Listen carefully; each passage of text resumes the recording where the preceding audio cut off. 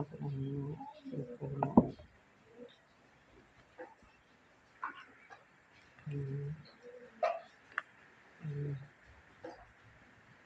Smart.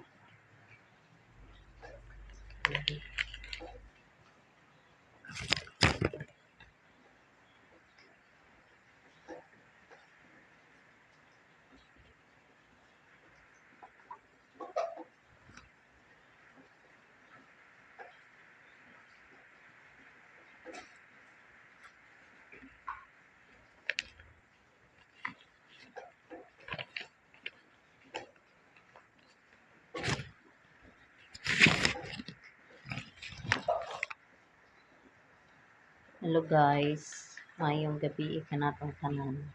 So mao nga nini nga kagabion ato gayong kamalandungan, tanang kasinatian, mga pagsulay, ug ilabi na atong hinumduman ang pulong sa Dios nga makita diha sa mga ebanghelyo ni Kristo. Diha sa Matthew, diha sa John, adunay tulo nga for me it's a good point for us to ato ang hinumduman sa matag karon. First is let us always give thanks for the physical blessings sa ato ang mga kinabuhi karon, mabata, magatan-on ug mahamtong. Dili gayud ta makaingon nga kanang tanan hatagan sa physical blessings, no? Tungod kay nay mga bata nga nagbalatian na, nay mga batan-on nga ana sa kahimtang diha sa mga kabalaka ug ilabi na diha sa health condition. Kinahanglan atong pamalandungan nga ang physical blessings that God has bestowed upon us, kinahanglan gayud nato nga pasalamatan ang Ginoo nga nga tanan. As ato nang gikaingon kaganina nga dili tanan gihatagan ni ana nga mga blessings, no? Remember that every good and perfect gift comes from God, no? We should express sa tanang pagpasalamat nga ngayon ta glory, gratitude sa tanan gayud nga mga gasa, mga provision sa Ginoo diha sa atong mga kinabuhi. Second is give thanks for the spiritual blessings. It is very important to appreciate our physical blessings, but we must not forget the spiritual blessings that God offers us. There's a story sa John chapter 11:38-44. Ang istorya ni Lazaro sa iyahang pagkabanhaw. Jesus gave thanks to God for the miracle about to unfold. Diha usab sa atong mga kinabuhi, we should give thanks for the spiritual blessings of salvation, forgiveness, and the presence of the Holy Spirit in our lives. Tungod karon kay we continue to celebrate sa Pentecost season, so ato gayong hinumdumon usab o pasalamatan gayud ng spiritual blessings. Sa ako nang gikaingon, dili usab tanan gihatagan ni ana nga tanan, no? Kanang tungod kay naay uban nga wala sila pagtuo,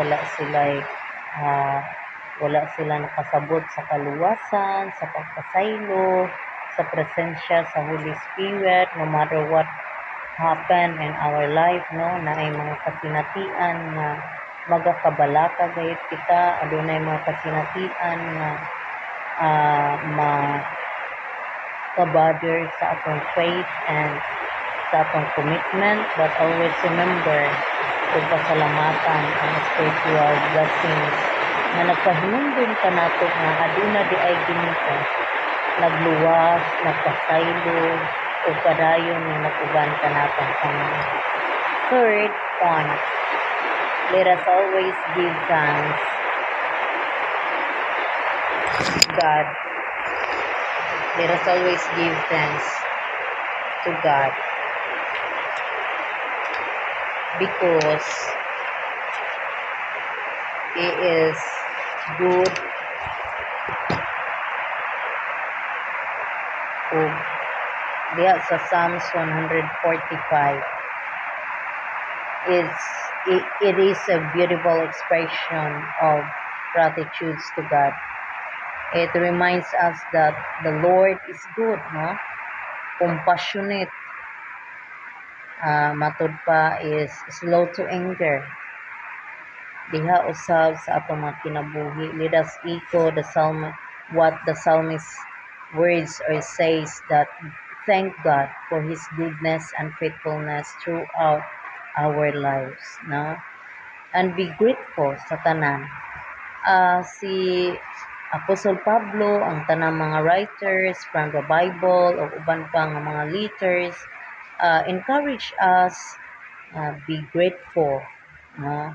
Serve God with gratitudes nga kanunay usab nato unta nga gi-practice, no? But sa realidad nato usahay daghang mga babag, daghang mga mingon ta kanang reason nganong dili ka makapangalagad, dili ka madasigon, no? Usahay atong kasinglan ang nagdala, no? Or atong kasinglan ang atuang isig katawo, ang atuang ubang mga katawhan, no? Ang ubang mga katawhan, but naaraday nato ang kakulangon, naaraday nato ang need aron usab kita mo learn o mamalandong sa tanan nga mga gikinahanglan. So in conclusion, nining kagabhion sa ato ang pagpamalandong mga kaigsuonan, kanunay natong hinumduman let us do with all our hearts nga full of gratitudes, following the example, no, nga only Lord Jesus Christ, no. We may give thanks for both our physical, spiritual, express our gratitudes publicly, no. O dili lamang nga ikaw ra ang mahibalo nga nagpasalamat ka. Wala gani nakabalo ang imong gipasalamatan. Aba na mga igsuon, and cultivate a spirit of thankfulness and endures throughout the year or for the whole life. Remember that every day is a gift of life, no? Nga gikan sa Ginoo. Tungod kay sa realidad adunay mga panahon nga bisan dili pa ta ready, dili pa ta gusto nga molakaw sa kalibutan, kuhaon na gayud ta niya. We have the opportunity to grow closer to God, reflect His love and grace to the world. Let your hinaot ng ato ang pagbuhat, ang pagpamalandong o bisan pa ang ato ang pagpadayon diha sa matag adlaw nga magaatubang kita sa bag-ong adlaw nga puno diha sa kadasig, puno sa espiritu sa Dios nga maoy mag-uban o makapadayon kita taliwala sa daghan nga mga unos, balod o problema sa atong mga kinabuhi. O hinaot pa nga iya kitang panalangin, mag-ampo kita. Dios nga makagagahom, daghan kay salamat Ginoo sa imong mapadayonon nga pag-uban kanamo ining among pagpamalandong sa mubo lamang nga mga minuto. Hinaut Ginoo nga imo gayong giyahan ang tanang katawhan nga naminaw, ang tanang katawhan nga nakadungog, ug ilabi na o Dios giyahi usab sila sa ilang mga plano sa kinabuhi. We entrust you, O God, our lives, our family, our plans in life, o bisan pa ang among mga gikinahanglan Ginoo. Ug o Dios, amo usab nga mga pag-ampo alang gayud sa amo ang mga kaigsuonan sa pagtuo nga nakasinati sa tumang balatian. Hinaut Ginoo nga imo gayud sila nga dasikon taliwala sa mga problema nga nahiabot or naa kanila Ginoo.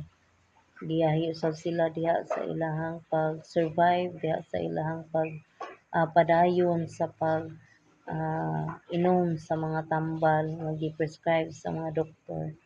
Giyahi usab Ginoo sila diha sa ilahang mga gibuhaton. O bisan pa o Dios sa among mga kaigsuonan nga padayon pa intawon ang mga recovery. Hinaut o Dios nga imo usab sila nga hatagan gayud sa dugang nga kalig-on o kadasig nga maka-survive o makapadayon gayud sila sa ilahang mga giatubang o bisan pa sa ilahang medication o God. Lord, wala gyud kami mahimo kung wala ikaw busa among isalig ang among mga kinabuhi, ang ilang mga balatian o Dios ug ang ilang mga problema, ang ilang mga gikinahanglan o bisan pa ang tanan o Dios. Kini ang among mga pag-ampo tungod sa ngalan sa among Ginoo nga mao si Jesu Kristo. Amen.